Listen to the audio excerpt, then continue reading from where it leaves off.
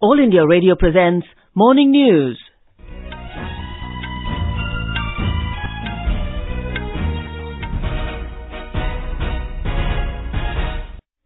Good morning. I am Gaura Dhawanlal. The headlines. Prime Minister Narendra Modi to inaugurate the country's longest rail-cum-road Bogie bridge on the Brahmaputra in Assam today. Birth anniversary of Bharat Ratna Atal Bihari Vajpay being celebrated as Good Governance Day today. Finance Minister Arun Jaitley emphasizes on mechanism to enhance farmers' income to meet the challenges of agriculture sector. Christmas being celebrated across the globe. President and Vice President extend greetings to people. And in Premier Badminton League, Hyderabad Hunters to take on Chennai Smashers in Hyderabad this evening.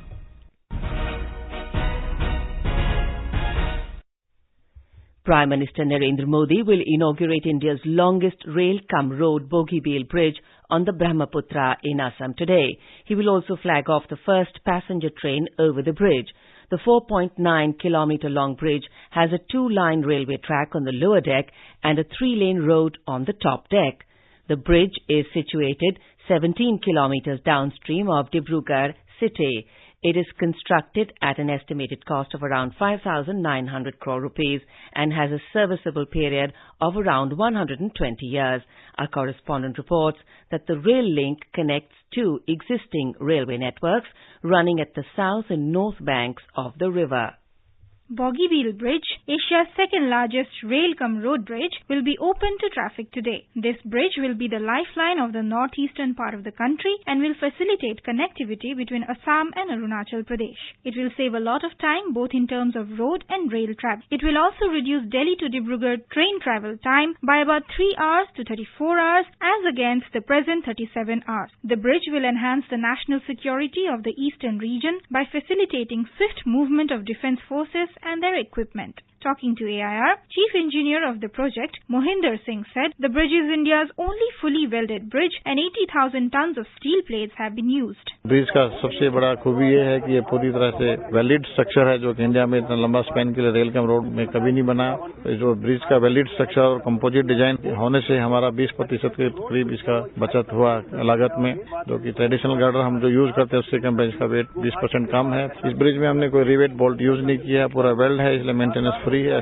Local people told AIR that they are very happy as the bridge will save a lot of their travel time. Sir ये bridge बना बहुत सुविधा हुआ। हम लोग सोच नहीं रहे थे कि हम लोग यहाँ असम में ब्रिज ऐसा बन जाएगा, लेकिन बन के बहुत तैयार हो गया, बहुत अच्छा हुआ। पहले बहुत दिक्कत था सर, जाने आने के लिए भाड़ा भी ज्यादा लगता, समय से आने नहीं सक रहे थे, 1 दिन 2 दिन लग जाता आने जाने में। अभी तो हम लोग ऐसा हो गया कि हमारा उस पार काम है तो 1 घंटा में जाएंगे, काम करके अपना चला आएंगे, आराम से घर पहुँच जाएंगे। The iconic Bogie Bridge is an architectural wonder and looks even more impressive as it spreads over the mighty Brahmaputra river. With Dipendra Kumar, Suparna Sekya, AIR News, Delhi. Bharat Ratna and former Prime Minister Atal Bihari Vajpay's birthday is being celebrated as Good Governance Day across the country today. Several programs are being organized to mark the occasion. Here is a report.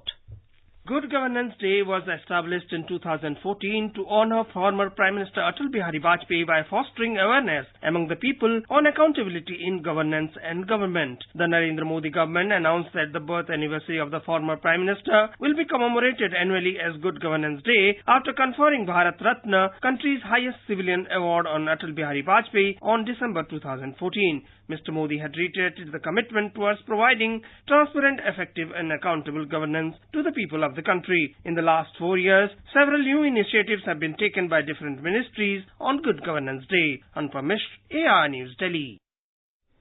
Today, the Samadhi of Atal Bihari Vajpay, Sadaiv Atal, will also be dedicated to the nation.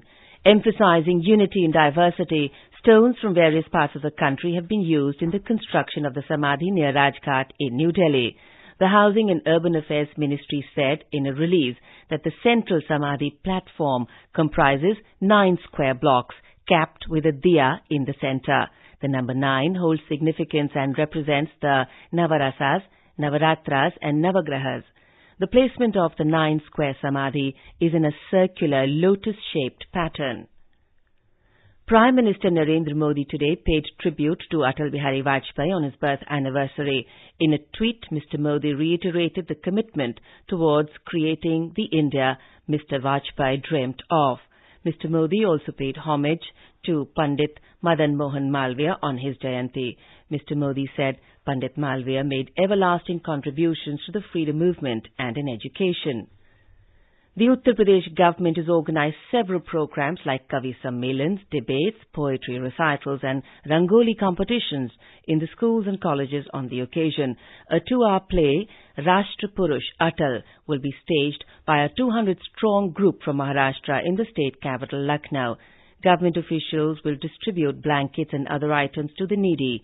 Chief Minister Yogi Adityanath will take part in a discussion on the topic Mahanayak Atal in Lucknow. Finance Minister Arun Jaitley has said that a perpetual challenge before the government is to strengthen the agricultural sector.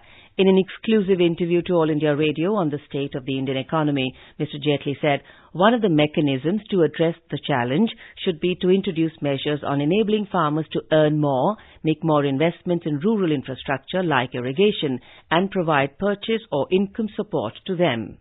Policy mechanisms have to be permanent to enable the farmers to earn more. And whatever support has to be given to them has to be given both in their quality of life and agriculture by the state itself.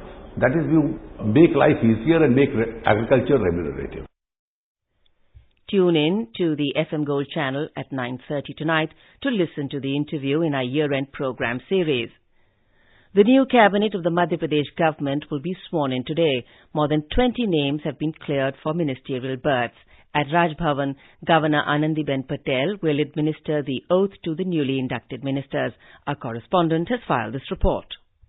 Madhya Pradesh Chief Minister Kamal Nath was camping in Delhi from last many days and now he has received a green signal from the party high command for the cabinet formation. According to the party insiders, 1 or 2 independent MLAs might get a berth in the new cabinet. Formation has been delayed due to factions in the party. The Madhya Pradesh Congress is divided into many camps led by leaders like Jyotiraditya Scindia, Digvijay Singh, Ajay Singh, Arun Yadav, Suresh Pachori apart from the Chief Minister. And everyone wants to place their maximum support in the cabinet. Sanjeev Sharma, AIR News, Bhopal.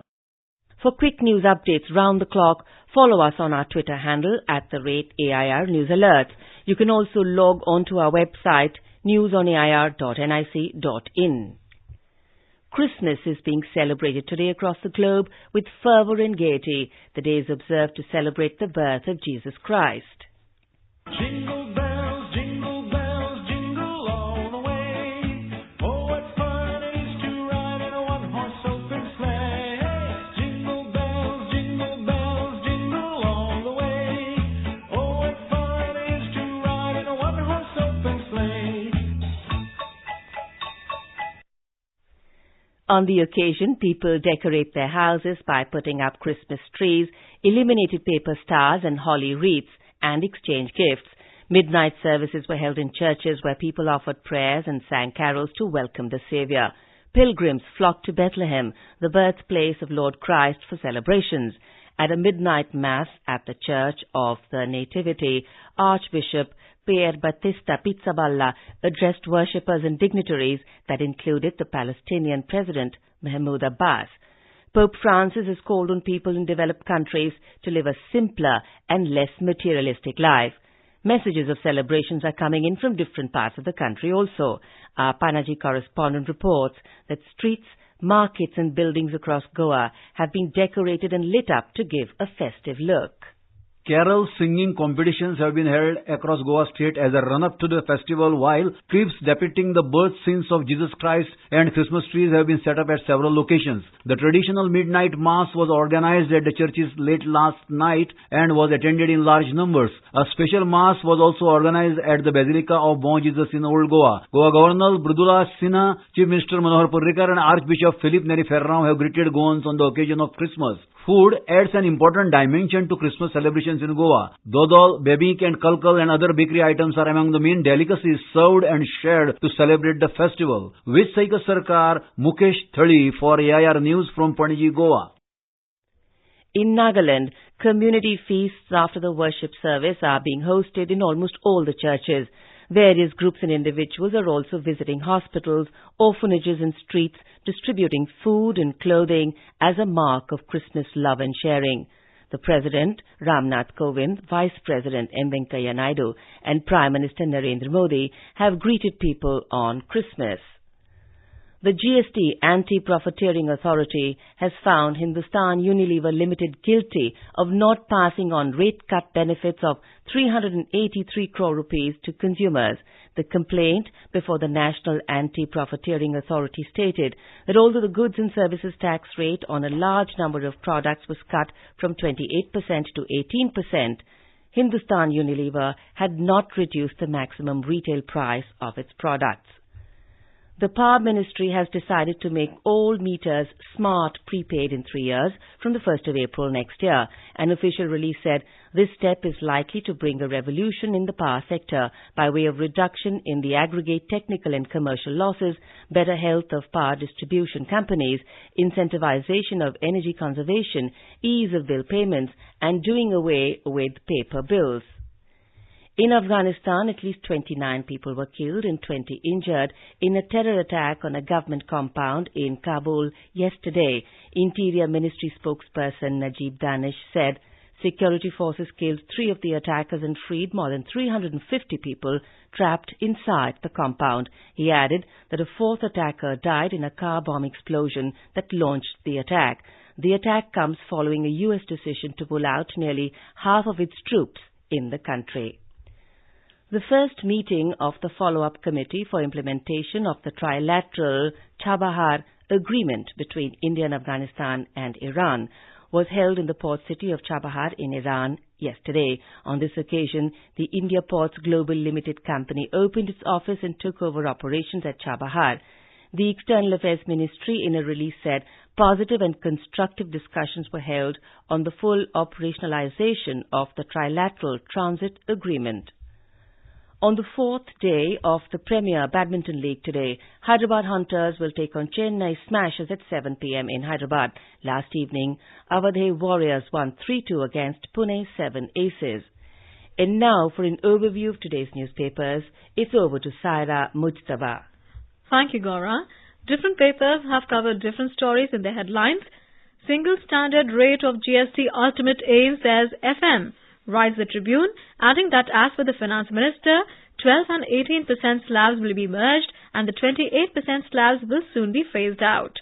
The Hindustan Times writes that the Supreme Court has declined an urgent hearing of a BJP petition challenging a Calcutta High Court order disallowing its Save Democracy Rath Yatra in West Bengal that was initially scheduled to begin on December the 7th. Under the headline, Centre wants fake news traced, The Hindu reports that the government has sought public comments on the proposed amendments in the IT Act that seek to make it mandatory for platforms such as WhatsApp, Facebook and Twitter to trace originator of unlawful information while also removing such content within 24 hours. The Indian Express leads with the headlines, Ally Shiv Sena ratchets up the rhetoric, slams BJP on Rafale, echoes Congress God is thief line, adding that the Shiv Sena has always been a strong BJP ally, though the two fought the assembly election separately in 2014. While Christmas cheer is in the air today, this day may well be the most polluted Christmas day in Delhi since the government introduced the National Air Quality Index in 2015. And finally, the Times of India reveals why giving gifts makes us happy and the joy of giving, that too repeatedly, lasts much longer than the joy of receiving. And with that, it's back to you, Gaura. Thank you, Sarah. And now, before we close, the headlines once again.